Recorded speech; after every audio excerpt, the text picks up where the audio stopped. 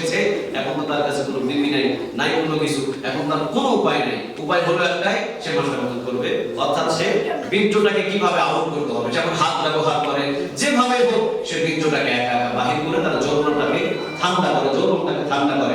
রাসূল বলেছেন যে এই পাপটা করলো, তাওবা করলে হয়তো আল্লাহ তাকে মাফ করে দিতে পারে, কিন্তু সে যে যৌবনটা একা একা হারিয়ে ফেলেছে, ওই যৌবন আর জীবনে কোনোদিন পুরাবে না।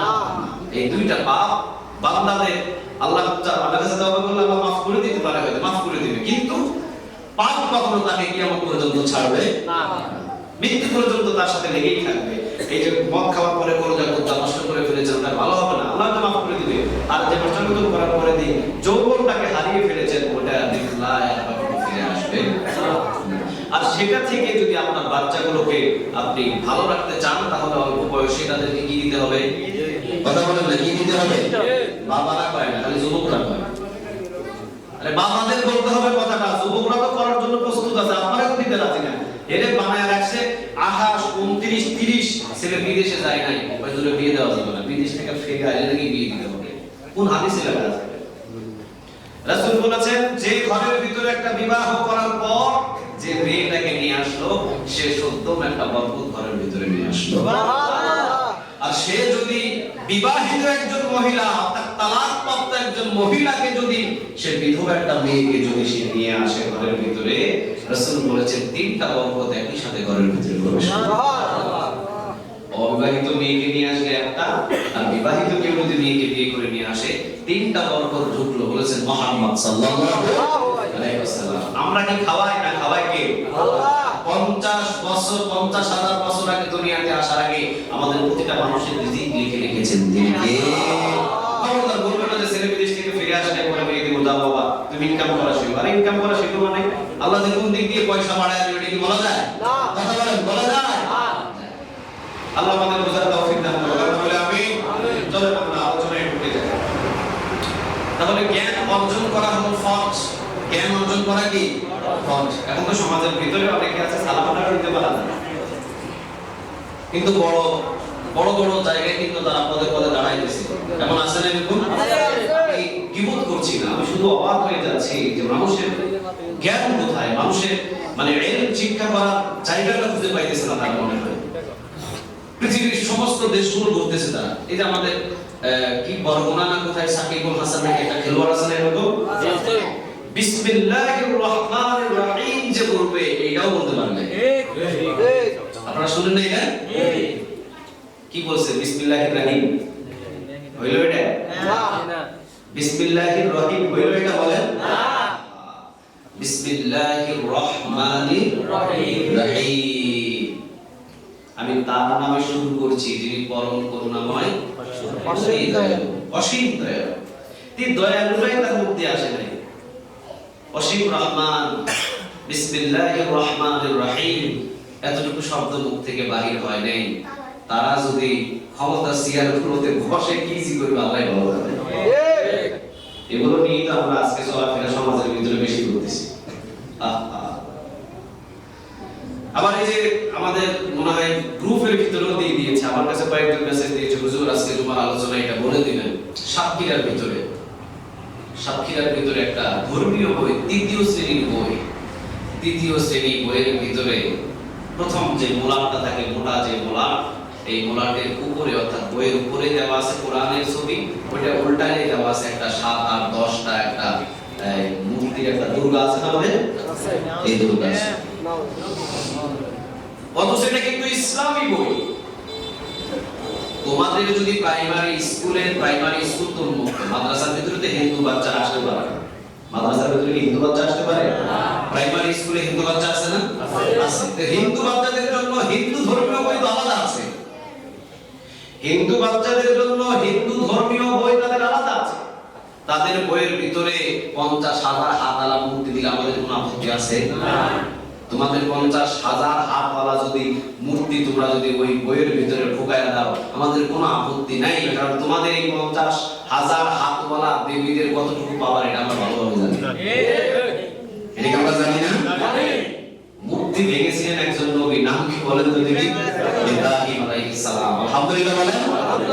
পয়গম্বর যদি কোনো মূর্তি ভাঙে ওই মূর্তির পক্ষে একজন মুমিন কথা বলতে পারে না ঠিক না ঠিক? বাংলাদেশের বহু টুপিওয়ালা দাড়িওয়ালা মূর্তির পক্ষেও কথা ফতোয়া দিয়েছে, মূর্তির পক্ষেও তারা ফতোয়া দিয়েছে একসময়। আল্লাহ তাদেরকে বুঝদান করুক, আমরা বলে আমিন।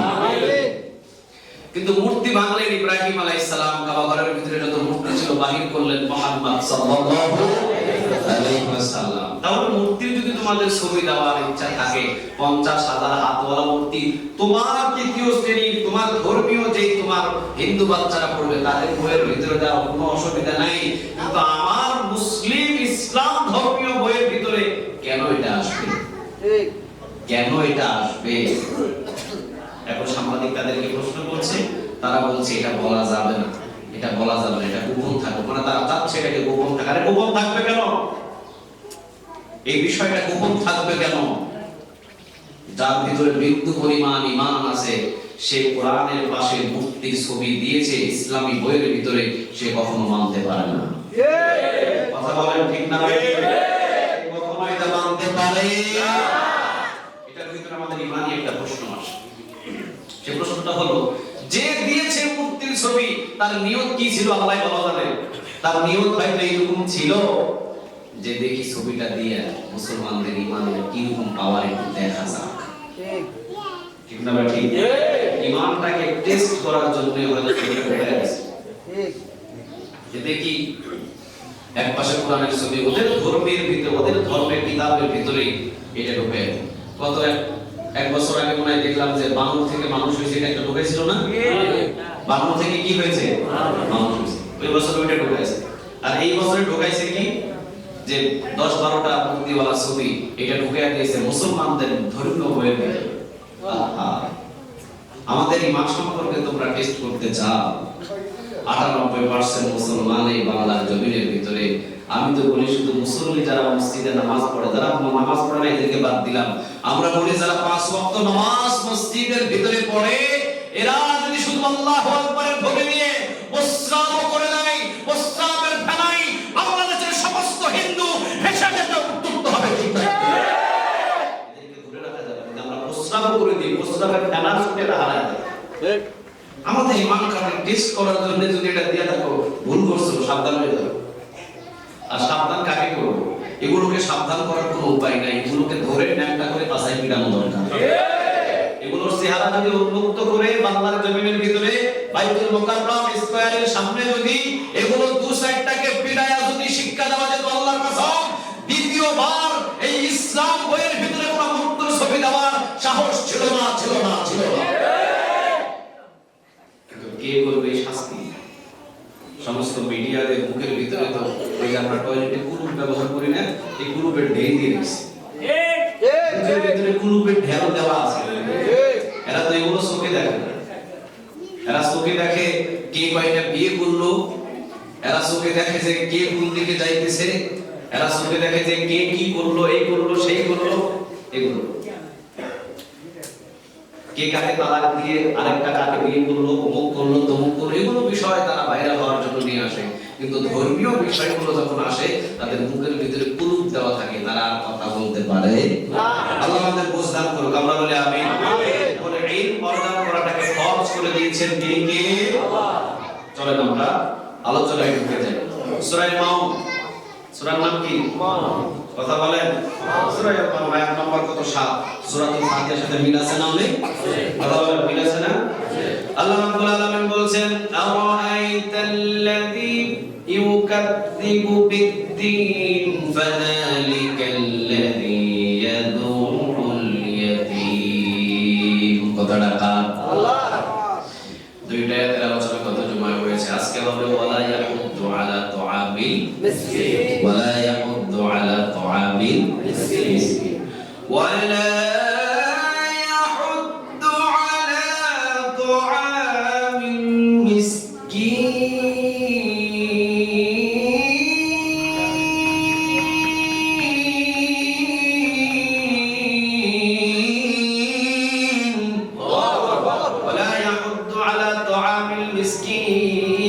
আল্লাহ রাব্বুল আলামিন বললেন, ও নবী আপনি জানিয়ে দেন আরাআইতাল্লাযী ইউকাযযিবু বিদ্দীন, আরাআইতাল্লাযী ইউকাযযিবু বিদ্দীন। ও নবী আপনি জানিয়ে দেন কিয়ামত দিবসটাকে যারা অস্বীকার করে তারা হলো দ্বিতীয় নম্বর ব্যক্তি ওইটা ওয়ালা ইয়াকুদ্দু আলা তুআমিল মিসকিন, যে মিসকিনদের দেখার পরেও পকেটের ভিতরে খাবার থাকার পরেও খাবার দেয় না, মিসকিনদেরকে খাবার তারা পোষায় না, তারা কখনো কিয়ামতের দিন অস্বীকার করে বিশ্বাস করে না। নাউযুবিল্লাহ। আমরা কি কিয়ামতের দিনটাকে বিশ্বাস করি? আপনারা বলেন বিশ্বাস করি। আরাআইতাল্লাযী ইউকাযযিবু বিদ্দীন, নবী আপনি কি দেখেছেন তাদেরকে যারা কিয়ামতের দিনটাকে অস্বীকার করে? তারা তারা এক নম্বরে কত তুমি আলোচনা করেছি ফাওয়াইল, এক নম্বরে ফাযালিকাল্লাযী ইয়াদউল ইয়াতীম, তারা এতিমদেরকে গলা ধাক্কা দেয়। এটা চলে গেছে গত জুমায়। আজকে হলো দ্বিতীয় নম্বর ওয়ালা ইয়াহুদ্দু আলা তুআমিল মিসকিন। ফকির এই শব্দটাও কোরআনে এসেছে, মিসকিন এই শব্দটাও কোরআনে এসেছে। ফকির আর মিসকিন আমরা একই পাল্লায় দিয়ে দিই অনেক সময়, এটা ঠিক না। আমরা মনে করি যে ফকির মিসকিন মনে হয় একটাই। নো, ফকির তাকে বলা হয় যে হাত পেতে নেই, তাকে কি বলা হয়? কথা বলেন, কি বলা হয়? তবে রাসূল এটা পছন্দ করেন নাই। রাসূল বলেছেন হাত পেতে নেওয়া এটা কোন সবচেয়ে খারাপ কাজ। দুইটা জিনিসটাকে রাসূল হালালের ভিতরে অপছন্দ করেছেন। এক হলো তালাক দেওয়া হালাল কিন্তু অপছন্দ করেছেন, আর একটা হলো হাত পেতে ভিক্ষা করে নেওয়া। ফকির যাদেরকে বলা হয় ওরা হাত পেতে নেই, যদিও হালাল সেটাকে অপছন্দ করেছেন মুহাম্মদ সাল্লাল্লাহু আলাইহি ওয়াসাল্লাম। রাসূলের সামনে একজন সাহাবী এসে হাত পেতে বলছেন, ইয়া রাসূলুল্লাহ আমাকে দেন কিছু। রাসূল বললেন কি দিব? বলেন যে রাসূল আমাকে কিছু দান করেন। রাসূল বলেন না, দান পরে, দান পরে তুমি কি কাজ করতে পারো না? কয় হ্যাঁ নবী আমি কাজ করতে পারি। কাজ করতে পারলে তুমি খুঁজো কেন? তোমাকে আজকে হয়তো আমি 10টা টাকা দিয়ে দিলাম, তুমি 10টা টাকা নিয়ে 2 দিন খাওয়ার পরে দিই আবার 10টা টাকার জন্য আবার হাত পাতবা। বিষয়টা কি এমন নয়? তুমি তো কাজ করতে পারো, খুঁজবা কেন? আসো। একজন সাহাবীকে বললেন যে দাও একে কিছু দান করো। কে দান করবা? একজন বললেন নবী আমার কাছে একটা পানির মশক আছে, পানির মশক দিব। আরেকজন বললেন নবী আমার কাছে একটা জামা আছে, জামাটা দেব। দুইটা জামা একটা পানির মশক। রাসূল বললেন এই দুইটা ক্রয় করে কে নিবে নিয়ে যাও। ওসমান রাদিয়াল্লাহু তাআলা আনহু দেখলেন দুইটা জামা এবং একটা পানির মশকের দাম বেশি থেকে বেশি হতে 3 দিরহাম, কিন্তু ওসমান রাদিয়াল্লাহু তাআলা আনহু তিনি বললেন নবী গো এই তিনটা জিনিসের মূল্য আমি 10 দিরহাম দিয়ে ক্রয় করে নিলাম। সুবহানাল্লাহ। ও ভিক্ষা করে নাই, ও ভিক্ষা করে নাই, ওকে আমরা দিয়েছিলাম ব্যবহার করার জন্য দুইটা পোশাক একটা পানির মশক, ও ব্যবহার না করে এটা বিক্রি করছে। এটা ক্রয় করেছে ওসমান, এখন তার নিজের টাকা দিয়ে তাকে আমি একটা কোড়াল কিনে দিলাম। সুবহানাল্লাহ। রাসূল একটা কোড়াল কিনে দিলেন, 10 দিরহামের ভিতরে যে একটা কোড়াল কিনে দিলেন। কোড়ালের যে ডাঁট থাকে ডাঁটটা রাসূল নিজ হাতে লাগায়া দিয়ে দোয়া করে দিলেন। সুবহানাল্লাহ। কোড়ালের ডাঁট রাসূল নিজ হাতে লাগায়া দিয়ে দোয়া করে দিলেন। রাসূল বললেন বনের ভিতরে যাও, কাঠ কাটো বাজারে বিক্রি করো। বনের ভিতরে গেলেন, কাঠ কাটলেন, কাঠ বাজারে বিক্রি করে দেওয়ার পরে কিছুদিন পর রাসূলের দরবারে এসে বলছেন ইয়া রাসূলুল্লাহ ইয়ামতের টাকার জন্য আমার কাছ থেকে নেবেন এবং প্রতি বছরের যাকাত দেওয়ার জন্য আমাকে সুযোগ দেবেন। সুবহানাল্লাহ। সারা জীবন যদি ভিক্ষাই করতেন ভিক্ষাই করাবো, কিন্তু যখন কোড়াল দিয়ে তাকে যখন একটা কর্মের যখন একটা ব্যবস্থা করে দিলেন, ও এখন ইয়ামতের পয়সাও প্রতি মাসে দেয়, আবার সেই যাকাত দেওয়ার জন্য আল্লাহ তাকে তৌফিক দিয়ে দিয়েছেন। সুবহানাল্লাহ। তাহলে যে ভিক্ষা করে পেট চলতে পারবে কিন্তু ওটার ভিতরে বরকত নাই। ফকির এবং মিসকিন, আল্লাহ রাব্বুল আলামিন এখানে মিসকিনদের কথা বলছেন ওয়ালা ইয়াহুদ্দু আলা তুআমিল মিসকিন, যে মিসকিনদেরকে খাদ্য দেওয়ার জন্য উৎসাহিত করে না। ফকিরের কথাও কোরআনের ভিতরে আল্লাহ রাব্বুল আলামিন অসংখ্যবার কথা বলেছেন। সূরা হাজের ভিতরে বলেছেন, তাওবার ভিতরে বলেছেন। আল্লাহ রাব্বুল আলামিন বলেন মিসকিন হলো তারা যারা মানুষদের কাছে হাত পাততে পারে না, যারা মানুষদের কাছে হাত পাততে লজ্জা পায়, কিন্তু ঘরের ভিতরে গিয়ে দেখো ডাবের ভিতরে চাল নাই। ঠিক না? ঠিক নাই নাই। কুরবান কি সবাই দিতে পারে? কথা বলেন, দিতে পারে? কুরবান সবাই দিতে পারে না। সবাই আবার কুরবানের গোশত চাওয়ার জন্য সবার বাড়িতে যাইতে পারে না। কেউ ঘরের ভিতরে ঘুমড়ে ঘুমড়ে কান্না করে। যে মানুষের কাছে কুরবানের গোশত নেওয়ার জন্য যায় নাই, সে ঘরের ভিতর থেকে বাহির হতেই লজ্জা পায়, বুঝতে হবে সে মিসকিন। সে কি মিসকিন? তার ঘরে তোমাকে বসিয়ে দিতে হবে। তার ঘরে তোমাকে পুষিয়ে দিতে হবে। তবে পুষায় দেওয়ার দায়িত্বটা কি রকম দেখেন, রাসূল সাল্লাল্লাহু আলাইহি ওয়াসাল্লামের জামানা থেকে ওমর রাদিয়াল্লাহু তাআলা আনহু তার জামানায় একজন মিসকিনের বাড়িতে কিছু খাবার পুষিয়েছেন, কিন্তু মিসকিনের বাড়িতে খাবার পুষিয়েছেন এমন সময় যে মিসকিনটা নিতে লজ্জাবোধ মনে করছে। ওমর রেগে গেলেন। ওমর বললেন, সমস্ত খাদ্য এখনই জমা করো, রাষ্ট্রীয় খাজানায় জমা করো, আমি এই মিসকিনকে খাদ্য দিব না। সবার সামনে থেকে ওমর রাদিয়াল্লাহু তাআলা খাবারটা নিয়ে রাষ্ট্রীয় খাজানায় জমা দিয়ে দিলেন। সবাই